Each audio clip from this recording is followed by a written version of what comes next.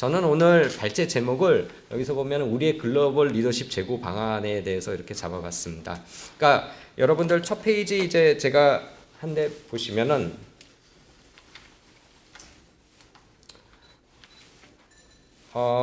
밖에서 제가 사실 지금 안식년이어 가지고 지금 파리에 있습니다. 그래서 파리에 있고 뭐 미국이나 아니면 유럽 내부나 아니면 남미나 이런 데 제가 자주 다니면서 프레젠테이션도 하고 다니고 그러는데 가게 되면 제가 받는 질문들이 좀 있습니다. 이 질문들은 그냥 팩트 차원에서 제가 정리를 한 건데요. 첫 번째, 대한민국 정부가 지금 현재 정부에서도 기후변화에 대해서 적극적인가요? 저는 항상 그렇습니다 라고 대답을 합니다. 대한민국은 OECD 국가이고 개도국 지원도 하는데 아직도 개도국 지위를 유지해야 되나? 이게 가장 많이 받는 질문인데요. 저는 OECD 상으로는 개도국이 아니라고 될지 몰라도 일단 기후변화 협약 체제상에 우리가 법적으로 리튼된 게 개도국 지위이기 때문에 그 상황에서 우리는 최선을 다하고 있고 브리칭 룰을 하고 있습니다 라고 대답을 합니다. 왜 유럽이나 미국이 아니라 대한민국의 글로벌 녹색성장연구소 또는 녹색기후기금이 있나요? 그래서 유럽에 가시면 사실 이거에 대해서 잘 모르는 분들도 있습니다. 한국에 계신 여러분이 더 많이 아세요 이제는. 그 이유는 왜 그러냐면 2030년 기준으로 온실가스를 줄여야 되는데 줄여야 되는 3분의 2가 개도국이 줄여야 되고요. 선진국이 중요한 게 개도국이 줄여야 되고 그걸 지역적으로 보면 개도국의 대부분이 아시아에 있습니다. 아시아에 있는 모든 나라가 줄여야 되는 게 아니라 그중에서 중국, 한국, 인도, 인도네시아가 제일 중요한데 그다음에 일본까지 하면은 동북아가 제일 중요해지죠. 전 세계 기후변화 대응에서 가장 중요한 지역이 동북아고 따라서 우리가 이 지역에서 잘 정치적인 외교력을 발휘해서 두 중요한 국제기구를 유치를 했다고 저는 그렇게 대답을 합니다. 자, 그러면 우리에게 주어진 현실은 뭔가 최 대사님께서 몇 가지 이제 그 수석 대표로서의 고민을 얘기해 주셨는데 우리나라 일단 온실가스 배출이 굉장히 많습니다. 그러니까 기후변화에 있어서의 제가 강학상으로 기후변화의 팔러틱스는 온실가스 배출량 팔러틱스라고 얘기합니다. 여러분들 산업혁명이 왜 유럽에서 났죠? 유럽이 여러 가지 먹고 살기가 힘들잖아요. 그러니까 산업혁명을 내가지고 이제 여러 가지 주도를 한 거죠. 어떤 도전을 기회로 만들었던 게 유럽의 산업혁명이라 보면 여기서 보면 제가 빨간 걸로 제가 그어놓은 게 지금 UN 기후변화 협약상 오늘 현재로 온실가스 배출 감축 의무가 없는 개도국들입니다. 보시면은 굉장히 지도가 달라졌어요. 1992년에 비해서. 중국이나 인도나 1992년만 하더라도 그렇게 온실가스 배출 지금처럼 많지는 않았거든요. 아주 짧은 기간 내에 온실가스 배출 지도가 굉장히 달라졌고 여기에 굉장히 폴리티컬한 다이내믹이 새롭게 형성되고 있고 그게 경제적인 활동에 직접 연관이 있다는 겁니다. 거기서 우리나라 위치가 굉장히 중요한 위치에 차지하고 있다는 겁니다. 제가 아까 말씀드렸지만 개도국이 여러분들 이거 생각 잘 안 해보셨을 거예요. 개도국이 줄이지 않으면 어제 제가 그 글로벌 녹색성장연구소 이제 그쪽 행사에 갔다가 거기 IPCC 의장이 이제 5차 보고서 브리핑을 하셨는데 거기서도 이 얘기가 나옵니다. 이제 개도국이 굉장히 중요하다. 그럼 뭔가 우리가 해야 되겠죠, 정말. 우리의 어려움이 뭐냐? 솔직히 우리 뭐 여기 계신 분들 한번 어려움이 있으면 그 어려움이 뭔지는 인정은 하셔야죠. 그죠? 첫 번째, 우리는 에너지 집약 산업 구조를 가지고 있습니다. 그러니까는 우리가 여러분들 잡 크리에이션 요즘에 그런 거 많이 하시잖아요. 청년들 직장을 만들어야 되고 그런데 그런 데가 대부분이 에너지를 많이 쓰는 산업들입니다. 우리가 그걸 통해 가지고 개도국들은 사실 우리나라 같이 되고 싶어 해요. 근데 그 나라들은 아직 거기에 도달하지 못한 거고, 그죠? 선진국들은 그 단계를 지나고, 그죠? 근데 우리가 그 중간에 있는 겁니다. 따라서 우리가 어떻게 이걸 대응 전략을 잘 보여주냐에 따라서는 아까 대사님께서 말씀하셨지만 브리칭 룰의 진정한 역할을 경제학적으로 방법론적으로도 우리가 보여줄 수 있는 위치가 있지만 어렵습니다. 화석연료를 거의 전량 해외에서 수입하고 있습니다. 그렇죠? 여러분들 화석연료 대체로서 대체에너지 얘기하시지만은 저번 정부에서 아주 세게 해가지고 정말 안 되는 거 대대해서 만든 게 두 자리 숫자 11%였는데 그것도 굉장히 어렵다고 그럽니다. 우린 주어진 환경, 여러분들 여러분 집 옆에 풍력발전소 지으면은 찬성하실 분 손 들어보세요. 그러시면 풍력하자고 그러시잖아요. 그걸 어떻게 우리가 잘할 것인가 생각해 보셔야 돼요. 그러다 보면 원자력이 중요한데 원자력은 우리나라 굉장히 중요한 사회적 이슈지 않습니까? 어느 나라나 또 그렇듯이. 그래서 우리나라 굉장히 어렵습니다. 재생에너지 제가 말씀드렸고요. 그래서 이렇게 어려운 상황에서 최 대사님이 지금 그 어려운 상황에서 우리의 리더십을 계속해서 발휘하고자 지금 대단히 노력을 하고 있다니까 여러분들은 정부 대표단에 박수를 보내주셔야 될 것 같습니다. 그럼 대응 방안은 뭐냐? 여기서부터는 제가 정부 입장을 대변하는 게 아니라 제가 개인적으로는 현재 글로벌 녹색성장연구소 제가 이사회 이사입니다. 그래서 제가 거기 이사회에서 그저께 저희 이사회 회의를 하면서 제가 굉장히 개인적으로도 많이 공개석상에서 얘기했던 거고 지속적으로 얘기했던 것들 중에 하나입니다. 그래서 지금 최 대사님께서 굉장히 많이 말씀해 주셨는데 저는 이게 제 결론인데 저탄소 경제 성장 그것을 이번 정부에서는 창조 경제라고 부르고 저번 정부에서는 저탄소 녹색 성장이라고 부르습니다. 그렇기 때문에 저는 계속해서 잘하고 있다라고 자신 있게 말하고 다니는데 하는 국제적 논의를 더욱 촉발시키고 특히 이제 GGGI와 GCEP 중심으로 우리는 그걸 유치하고 있을까 굉장히 중요한 기호로 말씀드렸잖아요. 그걸 유치하고 있는 것 자체가 아니라 그걸 우리의 국제사회 기후변화 협상에서 방법론적으로 실제로 활용할 수 있는 지표 같은 걸 만들어서 그거를 국제사회 아젠다화하면 좋겠다라는 것입니다.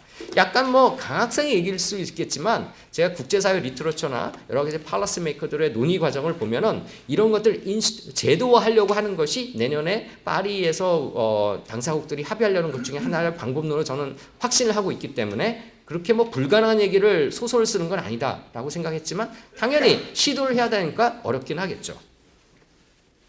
그래서 이거를 제가 써보면 기존에 뭐 이게 색깔이 다르고 크기가 다르고 해서 막 뭐 중요성의 차이가 있는 게 아니라 그리다 보니까 이렇게 된 거고요. 국내적으로 온실가스 감축을 위한 여러 가지 노력이 지금 최 대사님 어렵지만 계속 하고 있다라고 말씀하셨는데 저탄소 경제 성장이 국제적 논의를 더 촉발시키고 말씀드린 대로 이런 것들을 통해서 신기후 체제 형성 과정에서 리더십을 발휘하면 좋겠다는 겁니다. 요거를 제가 좀 여러분들 듣기 쉬우시게 이론적으로 조금 더 설명을 드리려고 합니다. 자, UN 기후변화 제가 기후변화 협상은 발리 때부터 다니기 시작해서 2007년부터 거의 매년 빼지 않고 다녔고요. 이제 기후변화에 관한 이슈는 제가 교토우정서 생기기 전부터 옛날에 미국에 유학할 때부터 쭉 팔로우했으니까 어느덧 좀 있으면 한 거의 15년, 20년 되는 것 같습니다. 그 과정을 보면 굉장히 큰 변화가 있습니다. 방법론적으로. 여러분들 기후변화 문제를 해결하려면 온실가스를 줄여야 되고 그러면은 누구에게 국가의 의무를 부담해서 줄이라고 그렇게 의무를 줘야 되겠죠. 그거는 되게 조약을 통해서 조약사의 의무다 이렇게 생각하시고 따라서 파리에서 조약을 우리가 꼭 합의를 해야 된다 이런 생각을 하시게 되고 당연하신 생각입니다. 그런 것들이 초기에 이 기후변화 협약 체제에서 시도했던 것들입니다. 그런데 2009년 여러분 2009년 코펜하겐 회의 기억하시죠? 그때 사실은 굉장히 새로운 시도가 굉장히 강력하게 제기가 됐었고 그런 것들이 지금 현재 어떤 메인스트림을 형성하고 있다고 그렇게 볼 수가 있습니다. 무슨 말씀이냐면 국가들은 국가들은 밖에 나가서 기후변화 반대하는 나라 아무도 없습니다. 그렇지만 어떻게에 대해서는 거기서는 굉장히 안 좋은 컨셉에 의해서 이렇게 제한이 생기는데 그게 국익입니다. 그러니까 제가 정부 대표단의 수석 대표인데 가가지고 국익에 반하는 행동을 기후변화 해결을 위해서 하면은 안 되겠죠. 그죠? 그러니까 두 개를 적절하게 만들어야 되는데 국가들이 걱정하는 건 뭐냐면 우리는 비용 부담 싫다는 겁니다. 그게 폴리티컬하든지 이코노믹한 측면이든지 여러 가지 측면에서. 따라서 특히 개도국들은 원래는 아무 부담이 없었는데 부담지라고 그러니까 당연히 싫어하겠죠. 그렇다면 우리가 어떻게 해야 될 것인가? 문제는 간단합니다. 산업혁명이 일어났듯이 부담을 기회로 만들자는 겁니다. 그래서 그런 기회라는 건 뭐냐면 아주 쉽게 말씀드리면 저탄소 기술에 대해서 집중 투자를 하면 거의 산업이 부흥이 되겠죠. 그러면 전 세계 GDP 2%, 3%의 마켓이 생기는데 전 세계 전체 그럼 굉장히 큰 겁니다. 그럼 그런 거에 집중하게 되면 국가 경제 성장도 하고 그다음에 여기는 온실가스를 적게 배출하거나 안 배출하는 산업이기 때문에 따라서 지구적으로 온실가스 배출이 줄겠죠. 그렇죠? 이렇게 하면 국가들이 좀 더 마음이 편한 거죠. 이런 방법론으로 굉장히 급하게 지금 시프팅을 하고 있다라고 보고 있고 여기 정부 대표는 저랑 몇 년 전부터 계속 하셨던 분들 제가 코펜하겐 때 줄기차게 강조했던 게 이러한 흐름이 새로 있고 파이낸싱 재정이 굉장히 중요하다 말씀드렸는데 아까 최 대사님 말씀하셨지만 재정이 얼마나 중요한지 여러분들 아시겠죠. 그렇죠? 이런 것도 왜냐하면 여러분들 국가 경제 성장 계획을 하려면 뭐가 필요한가요? 계획을 만들어야 되고 그다음에 재원이 있어야 되지 않습니까? 그런 차원에서 국제사회가 기후변화 대응의 새로운 흐름을 우리가 분명히 읽어볼 수 있다라고 그러고 이거는 제 개인적인 의견이 아니라 국제사회 굉장히 집중적으로 이렇게 흐름이 만들어지고 있는 그런 과정에 있고 누구나 그렇게 느끼고 있고 G20가 그래서 굉장히 중요한 겁니다. G20 같은 데 가가지고 주요 경제국이 80% 이상을 G20 국가에 다 합치면 온실가스 배출하는데 거기서 경제성장 전략을 이런 쪽으로 글로벌리 가져가게 되면 굉장히 중요한 흐름이 생기게 되는 겁니다. 그래서 여기서 이제 그런 것들을 제가 좀 정리를 해놨고요. 그걸 쉽게 말씀드리면 아까 말씀드렸듯이 하향식 접근 방법과 상향식 접근 방법에서 아실 필요가 있는데 여러분들 국가 중심으로 기후변화는 이제 국가가 중심인 거 아닙니까? 그러면은 조약이 국가에게 의무를 부담시키면 그건 탑다운이죠. 주권 국가이기 때문에 탑다운이 싫어요. 자존심이 있지. 그죠? 개도국들 뭐 중국이나 인도가 굉장히 거부감을 갖는 이유 중에 하나가 그겁니다. 그런 것들을 이제 방법론적으로 보면 이제 규제 제도를 도입을 해가지고 그걸 임포즈하는데 국내 사회는 좀 더 쉽습니다. 왜냐하면 헌법 질서에 의해서 이 강제 이행이 가능하거든요. 근데 국제사회는 여러분들 중앙집권 정부가 없습니다. 그리고 이행을 강제할 수 있는 방법도 법원이 있다고 그러면 그 법원은 우리가 국내 사회에서 여러분들 생각하시는 법원이 아니에요. 한마디로 굉장히 프래그멘티드 돼 있고 그런 분권화된 것이 국제대 총 구성원을 국가 중심으로 200명밖에 없어요. 거주 이전의 자유도 없고 이런 데서 굉장히 강력한 어떤 그런 강제 이행을 하는 것이 다른 방법이 있긴 하지만 여러분들이 통상적으로 국내에서 생각하신 거랑 굉장히 다르다라는 겁니다. 따라서 어떻게 해야 되냐? 여기 최 대사님 말씀하신 INDC라는 거는 이런 바텀업 어프로치 아주 그것이 크리스탈라이즈 된 건데 이렇게 국가 중심으로 한번 생각을 해보자는 거예요. 그래서 국가 중심으로 자발적으로 뭔가를 할 수 있는가를 좀 해보면 어떠냐라고 해서 이런 것들을 바텀업입니다. 그런 바텀업에 따라서 여러분들 이제 여러 가지 방법론들이 이제 만들어지고 있고 그래서 상향식과 하향식이 지금 어떻게 조화가 되는가 그거에 따라서 지금 논의가 진행되고 있습니다. INDC에 대한 구체적인 내용은 최 대사님께서 자세하게 말씀하셨기 때문에 제가 구체적으로 말씀 안 해야 되는데 자 여기 더반 당사국청에서 여러분들 INDC 하면서 하나 관심을 두고 보실 거는 협약하에서 이거는 선진국계도 어느 정도 좀 차별화를 여전히 둬야 된다는 의미고 그 다음에 모두가 동일하게 적용이 가능하다는 건 선진국과 계도 똑같이 해야 된다는 거예요. 그러니까 차별화를 두면서 똑같이 해야 되니까 굉장히 어렵겠죠. 이게 과연 뭘까? 그죠? 그런 것들이 있고 그런 것들의 논의의 집중은 아까 말씀드렸지만 INDC를 중심으로 되고 있습니다. 그에 대해서 선진국과 개독을 단적으로 우리가 생각해 볼 수 있는 게 이겁니다. 굉장히 제가 볼 때 획기적인 사건이 벌어졌는데 11월 12일이니까 며칠 전입니다. 그때 에이펙 회의 기간 중에 미국과 중국이 협상이 굉장히 획기적인 합의를 했는데 중국은 뭐라고 그랬냐면 처음입니다. 2030년 전후에서 온실가스 배출 정점을 찍겠다. 그러니까 피크라고 그러는데요. 전문 용어로는. 대체 에너지 비율을 최 대사님 말씀하셨지만 2030까지 20% 끌어올리겠다. 그래서 뭔가 하겠다라는 겁니다. 온실가스 배출에서 의지를 국제사회 처음으로 보여준 겁니다. 그 다음에 그런 컨텍스트 아까 돈이 중요하다고 말씀드렸죠. 중국이 요즘 뭐라고 그러는 줄 아세요? 브릭스 개발은행 만들겠다 지금 이렇게 떠들고 있습니다. 그러니까 이게 어떻게 구체적인 내용이 채워지냐에 따라서 굉장히 좀 연관성을 찾아볼 수가 있고 미국은 말씀 들으셨겠지만 2020년까지 2005년 수준에서 이렇게 줄이겠다. 두 개가요. 자, applicable to all 다 동일하게 적용해야 된다는 건 어떤 의미에서 동일한 것 같으세요? 온실가스 배출에 대해서 어느 정도 하겠다라는 의미에서 동일하죠. 하지만 구체적 방법론이 똑같나요? 다릅니다. 지금 교토 정서는 구체적 방법론이 똑같아요. 선진국은 1990년 기준으로 해가지고 5% 줄여 모든 국가에게 하면서 자기가 할 수 있는 거 조금 여지를 주거든요. 그게 아니라 이거는 굉장히 다양한 방법에서 패키지 구성이 INDC가 가능하다라는 걸 의미하고 저는 개인적으로 어떻게 예상을 하냐면 요걸 기준으로 해서 리마에 가가지고 이제 개도국가 선진국들이 이걸 통해 가지고 어떻게 구체적으로 내년에 합의 내용들의 패키지를 정리할 것인가 굉장히 스트러글 할 거고 중국이 개도국에서 갖는 지위가 굉장히 중요하기 때문에 2030년 중심을 뭐 하자는 쪽으로 많이 나오지 않을까. 미국이 얘기한 거는 EU랑 얘기하는 건 비슷하면서도 다르거든요. EU는 2030년 얘기하는데 미국은 2020년, 25년 얘기하고 기준연도가 또 다르고 그러면 선진국 간에 이걸 어떻게 할 것인가.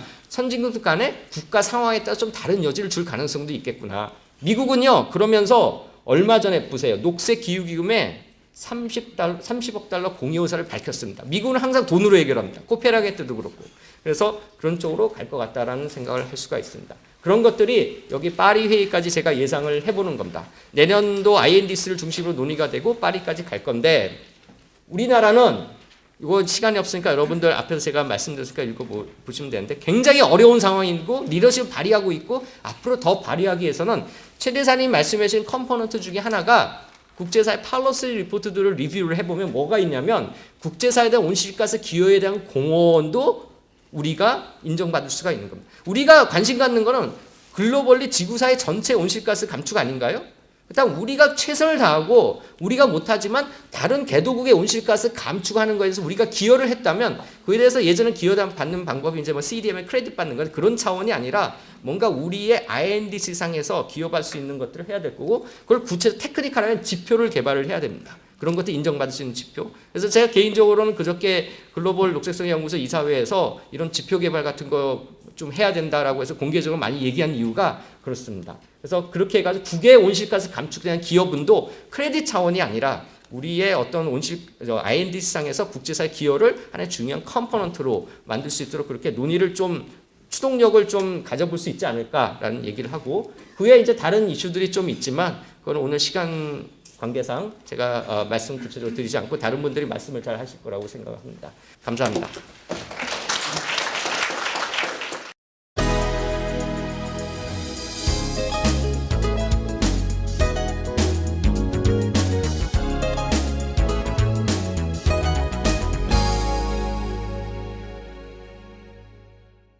기후변화의 문제는 글로벌한 문제고 다 아시겠지만 그 다음에 퍼블릭 굿, 공공재이다. 그래서 이제 모든 나라가 같이 협력을 해야 된다. 그렇지만 동시에 누가 페이하느냐의 부분, 즉 각 국가가 얼만큼 감축하느냐에 대해서 논란이 있을 수밖에 없다.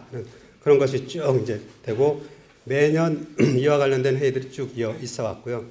그 지금 얘기하는 기후변화 그 당사국 총회는 95년도에 1차가 열렸는데 요때 그 1차 당사국 총회의 총회 의장을 했던 분이 지금 독일 그 수상을 하고 있는 메르켈 총리입니다. 그래서 메르켈 총리가 이 당시에 독일의 환경부 장관으로서 1차 당사국 총회의 그 의장을 해서 의장을 했습니다. 그래서 지금 메르켈 총리는 특히 이 기후변화 문제에 대해서는 엄청난 지혜도 있고 또 신념도 있는 것으로 생각이 됩니다. 그다음에 쭉 이어졌고요.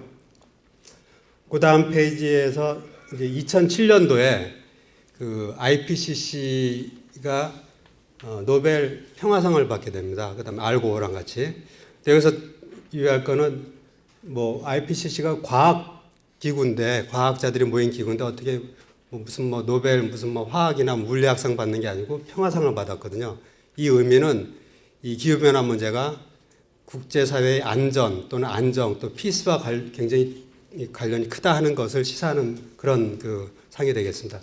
근데 그 다음에 2009년도에 또 오바마 대통령이 대통령 당선되자마자 그 해 노벨 평화상을 또 받았습니다. 그래서 이것이 의미하는 바는 이제 방금 또 중국과 미국의 여러 가지 정책이 나왔다고 말씀 이제 들으셨지만은 오바마 대통령이 이때부터 빚을 지고 있었습니다. 그러니까 기후 변화에 대해서 뭔가를 하나도 하지 않았는데 평화상을 받았거든요. 그래서 그 코펜하겐 총회 직전에 전주에 받았습니다. 일주일 전에. 그래서 오바마 대통령은 이 기후 변화 문제에 대해서 다른 누구보다도 빚을 지고 있었던 그런 입장이 있었고요. 그래서 회의 쭉 진행되고요. 그다음에 요거는 넘어가겠습니다. 넘어가고 여기서 온실가스가 여러 가지가 있는데 그 중에서 6가지가 대표적으로 얘기되는데 그 중에서 이산화탄소가 가장 중요합니다. 근데 요건 이제 옛날 자료를 제가 쓰긴 했지만 지금 농도가 자연 상태에서는 280인데 지금 400이 됐습니다. 그래서 이제 이게 뭐 550까지 가냐, 450까지 가냐 이런 논의들을 쭉 하고 있습니다. 쭉 넘어가세요. 기후변화 협약과 교토 정서에서는 지금 기후변화 협약의 목적은 농도를 안정화시켜서 기후를 안정화시키는 건데 이 농도에 대한 합의는 아직 이루어지지 않았고 온도에 대한 합의만 이루어졌습니다. 2도씨라는 합의만 이루어졌습니다. 그 다음에 기후변화 협약에 5가지 원칙이 있는데 그 중에 가장 중요한 원칙이 Common but Differentiated Responsibility 이게 있는데 여기는 모든 나라가 책임이 있다. 또 그러나 다른 책임이 있다는 거고요. 그 다음에 나라별로 능력이 다르다. 그래서 요거에 따라서 능력이 다르기 때문에 선개도국이 나눠지고 이 책임이 다르기 때문에 선개도국으로 나눠졌습니다. 이 부분이 앞으로 어떻게 변화되느냐 또 지난 20년 사이에 어떻게 변화됐고 미국, 중국의 역할이 어떻게 달라지느냐 하는 부분이 연결되겠습니다. 쭉 다 넘어가고요.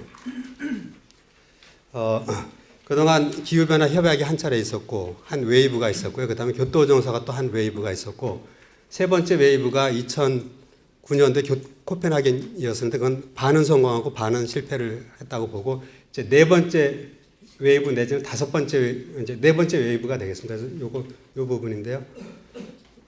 요거는 실질적으로는 결렬이 됐습니다. 포스트 2012 협상. 그래서 요거 그냥 쭉 넘어가겠습니다. 넘어가고 여기서 결렬되는 대신에 만들어낸 게 2020에 무엇을 하자 하는 것을 협상을 하자는 것을 여기 유 장관님께서도 여기 가셨지만은 이 더반 총회에서 그 새로운 협상 회의를 만들었습니다. 그래서 앞으로 4년 동안 회의를 해서 논의를 하게 돼 있습니다. 근데 제가 이제 감축 부분 좀 중심으로 말씀을 드린다고 했는데 요거는 코펜하겐 그러니까 2009년과 2010년에 걸쳐서 각국이 공표한 자발적인 목표가 되겠습니다. 그래서 감축에 대한 목표가 되는데요. 2020년도에 어떻게 하겠다는 목표입니다. 그래서 예를 들어서 한두 개만 말씀드리면 유럽의 경우에는 90년도를 100으로 봤을 때 2020년도에 그것의 30%를 줄이겠다 이렇게 약속을 했습니다.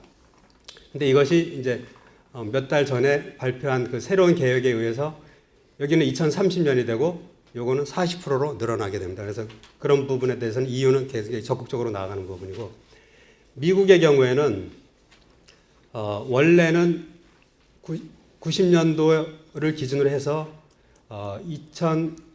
2012년도에 7%를 줄이라는 거에 교토의정서상의 미국에 대한 목표였습니다. 그런데 그거를 못하겠다 해서 교토의정서 가입을 안 했고요. 대신에 또 국제사회에 또 그래도 어떤 역할을 하겠다고 해서 이제 발표를 했습니다. 코펜하겐 때. 그것이 17%를 감축을 하는데 기준 연도를 바꿨습니다. 그래서 뭐 이거를 얘기를 뭐 골포스트를 바꿨다 뭐 이런 얘기들도 하는데 2005년도를 기준으로 해서 17% 줄이겠다. 이것이 아까 말씀하셨던 부분은 여기가 2025년이 되고요, 미국이. 여기가 2005년은 그대로 남고 여기는 10%포인트 증가합니다. 그래서 굉장히 큰, 강한 거죠. 그래서 26에서 28로 가겠다. 근데 지금 요 17% 자체는 90년도를 기준으로 해서 보면 4% 감축이고 이제 여기서 10%도 하니까 90년 대비 한 14% 정도 감축을 하는 거니까 이것도 굉장히 강한 목표가 된다고 말씀드릴 수 있겠습니다. 그다음 다 그냥 넘어가고요. 일본은 이렇게 25% 감축하겠다 그러다 이것도 일본은 번복을 했습니다. 후쿠시마 사태 이후로 등등등 해서 넘어가고요. 그 다음에 동시에 2009년 10년도에 개발도상국도 감축 목표를 제시를 했습니다. 그래서 특히 우리나라가 가장 이제 중요한데요. 우리나라는 2020년도에 BAU 대비 즉 비즈니스 애즈 유저 그러니까 2020년도 예상되는 배출량의 30%를 감축하겠다. 다른 나라도 유사한 발표들을 했는데 다른 나라들은 선진국의 지원을 조건부로 달았습니다. 그다음에 중국의 경우에는 2020년도를 갖고 2020년도에 탄소 원단위 대비 40에서 45%를 2005년도를 기준으로 해서 감축을 하겠다. 그래서 요거를 요번에 중국이 이제 요 내용을 바꿨습니다. 그래서 요거의 의미는 탄소 나누기 GDP입니다. 그 지표를 2005년이 100이었을 때 한 반 정도 줄이겠다. 2020년에. 근데 요거를 요번에 이제 요거의 의미는 상대적인 의미가 되고 요번에 중국이 발표한 거는 절대량이 됩니다. 그래서 그 두 개 차이가 나고요. 이제 그다음에 다 넘어가겠습니다. 그래서 이제 지금 하는 협상도 일단 다 아까 대사님께서 많이 말씀하셨기 때문에 넘어가는데 여기서 하나 강조할 부분은 왜 모든 국가가 참여를 해야 된다고 지금 특히 강조를 하느냐. 그거는 사이언스에서 얘기하는 이야기하고 지금 정치적으로 그 설정을 해놓은 2도 달성 목표에 상당한 갭이 어디에 존재하냐면은 요 2020년 목표하고 요 2020년 목표 다 합해 봐도 상당한 갭이 존재한다 하는 데서 출발을 하고 있습니다. 그 다음에 쭉 넘어가고요. 이것도 다 넘어가겠습니다. 넘어가고. 그래서 아까 이제 장관님께서 그 반기문 사무총장께서 과학에 의거해서 과학이 얘기를 하고 있다 이제 이런 그 얘기를 했는데 저는 거기서 조금 약간 다르게 과학보다 이제 수치를 가지고 좀 몇 가지 좀 말씀을 드리겠습니다. 다 넘어가고요. 여기에 이제 우리나라가 설정했던 감축 목표 2000 BAU 대비 30% 감축하겠다는 양이 되고요. 30%. 그다음에 결론 삼아 우리나라는 그럼 어떻게 해야 되느냐? 제가 그냥 아주 상징적으로만 여기다 썼습니다. 가교적인 역할, 또 독특한 위치, 상당히 독특한 위치고요. 또 국격에 상응해야 된다. 다 이제 의미들이 있지만 좀 아주 그냥 상징적으로만 썼습니다. 그다음에 국내 산업 보호하는 문제하고 선도하는 역할 같이 가야 되고, 요 합의는 넘어가겠습니다. 그다음에 실질적으로 우리나라가 2030년 목표를 이제 감축 목표를 내야 되는데, 아까 대사님도 강조를 많이 했지만 지난 2020년 목표 설정할 때도 거의 뭐 1년 이상 걸렸거든요. 지금 우리 계속 준비를 하고 있지만은 그 준비 작업을 가속화를 해야 된다고 생각이 되고, 그 과정에서 이런 여러 가지 대화들을 나눠야 된다. 그다음에 마지막으로 현재 우리가 설정한 그 목표를 향해서 제대로 가고 있느냐 하는 부분에 대해서 철저한 그 노력과 검증이 있어야 되리라고 생각이 됩니다. 예, 감사합니다.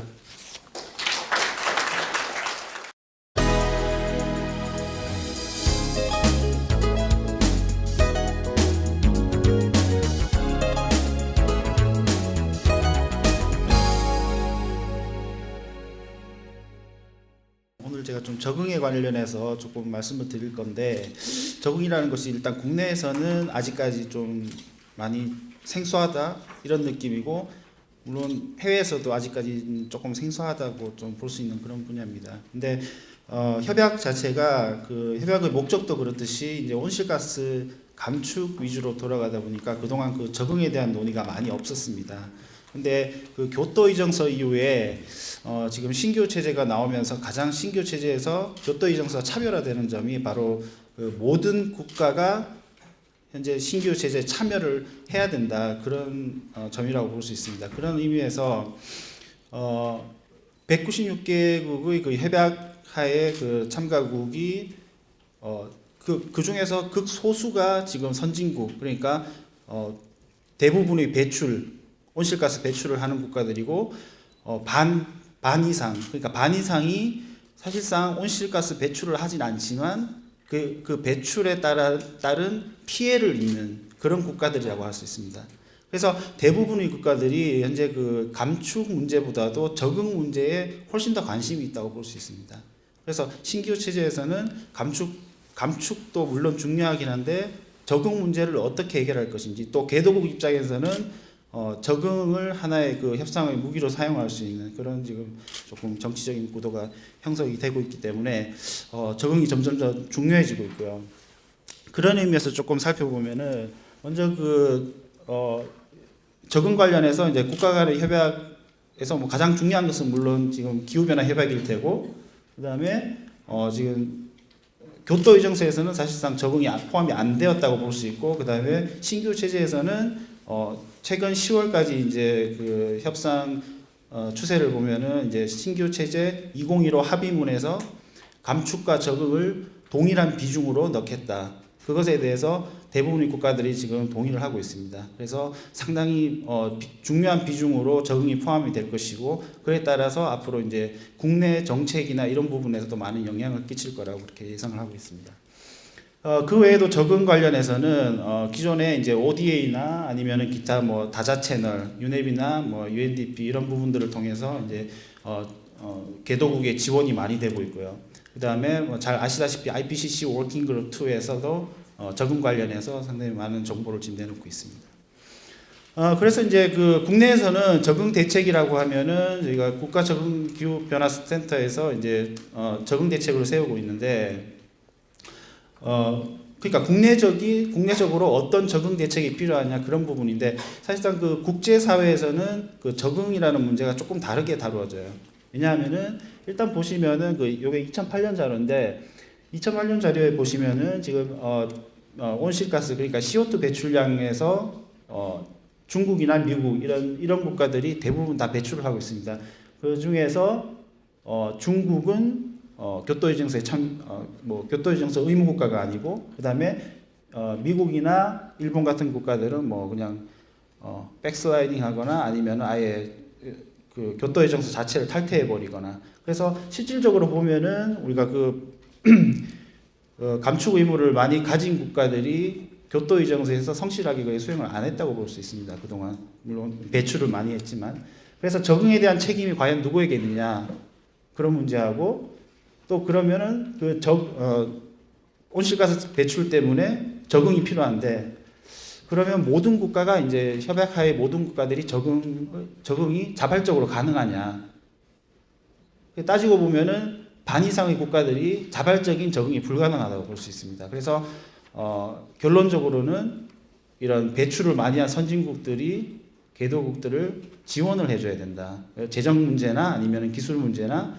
역량 배양 그런 부분에서 지원을 해줘야 된다. 그런 결론으로 지금 나오고 있습니다.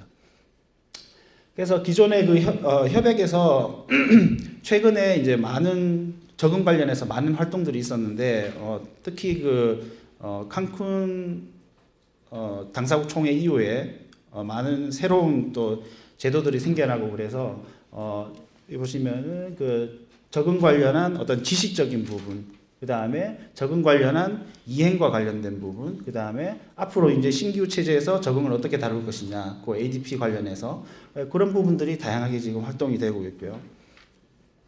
그래서 그동안 그 협약의 흐름에서 가장 중요한 부분이라고 할 수 있는 게 바로 요 칸쿤 합의라고 할 수 있습니다. 칸쿤 합의에서 적응을 굉장히 중요시했고 그 다음에 칸쿤 어댑테이션 프레임워크이라고 적응과 관련한 목적에서부터 시작해서 그 다음에 앞으로 어떤 식으로 장기적인 비전 그 다음에 어떤 식으로 이행을 할 것인지 이런 부분들에 대해서 많은 논의가 있었고 그 다음에 또 어떤 적응 관련 제도들도 많이 탄생하게 되었습니다. 그래서 그 부분이 굉장히 중요하고 현재는 이제 적응이 하나의 그 중심 축으로 올라와서 이제 INDC나 아니면은 2015 합의문에서 이제 적응을 어떤 식으로 포함할 것인지에 대해서 굉장히 구체적인 논의가 지금 진행이 되고 있습니다. 그래서 그 신규 체제에서 적응은 과연 어떤 정치적인 구도를 갖고 있는지를 좀 살펴보면 그 협약의 중심은 아무래도 감축이죠. 온실가스 감축이고 하지만 그 온실가스 감축을 둘러싸고 개도국 입장에서는 선진국에 대해서 선진국이 리더십을 보이고 선진국이 지원을 해야 된다는 입장. 그 다음에 선진국 같은 경우는 물론 중국을 타겟으로 하겠지만 중국을 포함한 모든 개도국이 참여해야 된다. 그런데 문제는 모든 개도국이 참여를 하게 되면은 과연 그 국가들이 감축에 관심을 가질 것인가. 그 대부분의 개도국들은 물론 참여를 해야 된다면 참여를 해야 되겠지만 적응에 대해서 지원이 있어야지 감축이 가능하다. 그런 입장을 많이 내비치고 있습니다.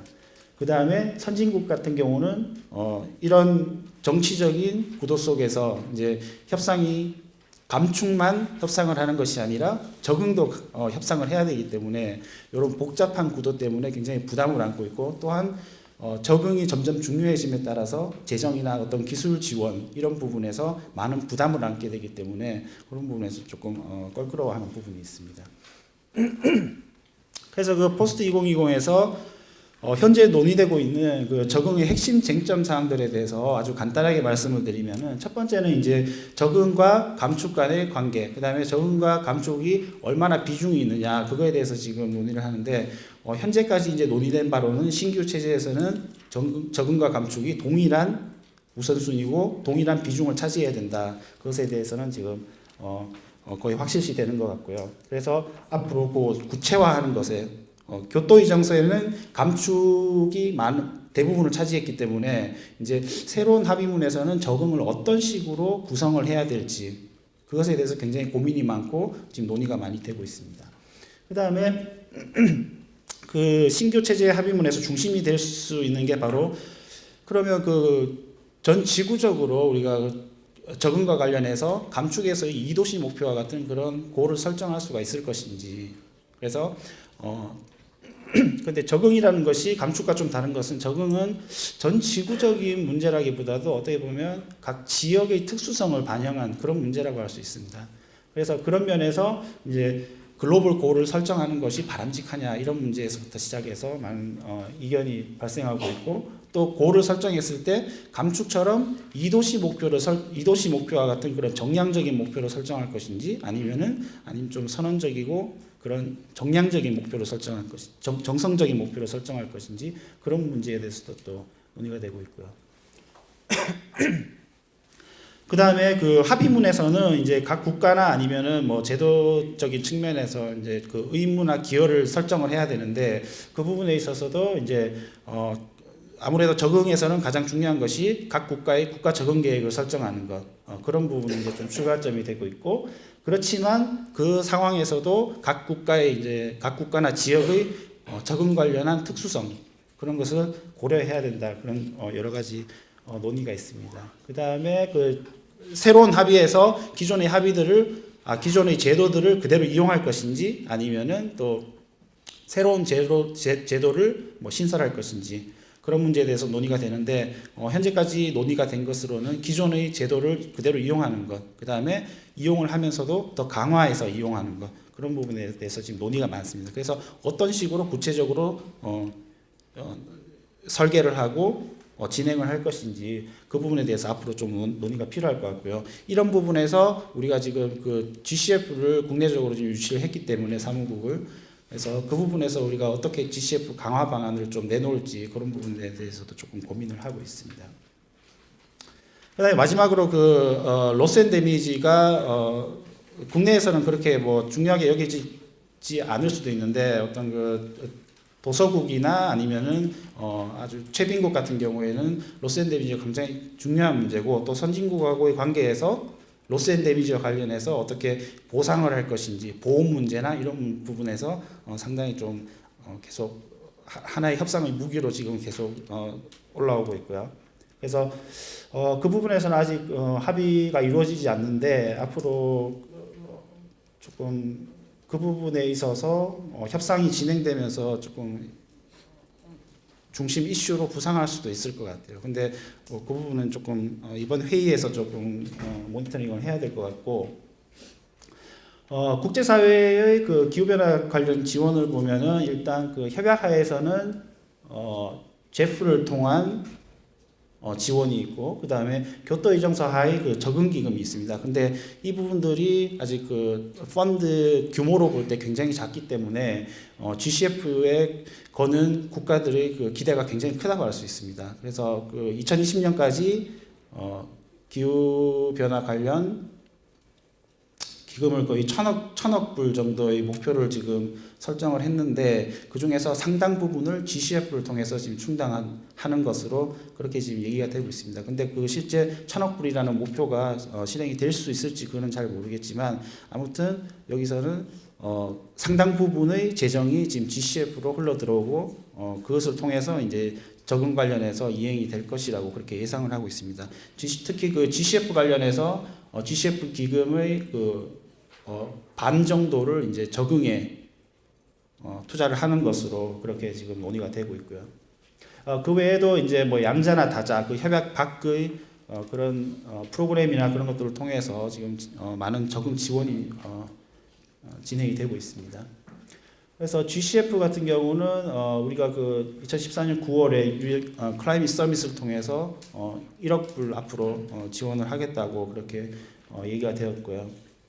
근데 현재 그 초기 재원 조성에 많은 좀 어려움이 있기 때문에 우리가 이런 부분에서 앞으로 어떻게 좀 활성화할 수 있을지 그런 방안을 좀 강구하는 게 필요할 것 같습니다. 현재 지금 2014년 3월 기준에 그 재원 조성 현황인데 아직 뭐 상당히 그 재정 규모가 작다고 볼 수 있죠. 아까 그 정세영 교수님께서 미국 같은 경우에 35 불을 지금 이제 내놓겠다고 이렇게 얘기를 했기 때문에 앞으로 많은 국가들이 그런 부분에서 공헌을 하지 않을까 그렇게 생각하겠습니다. 그래서 마지막으로 이제 향후 전망과 좀 과제를 보면은 국제사회에서는 일단 가장 중요한 것은 포스트 2020에서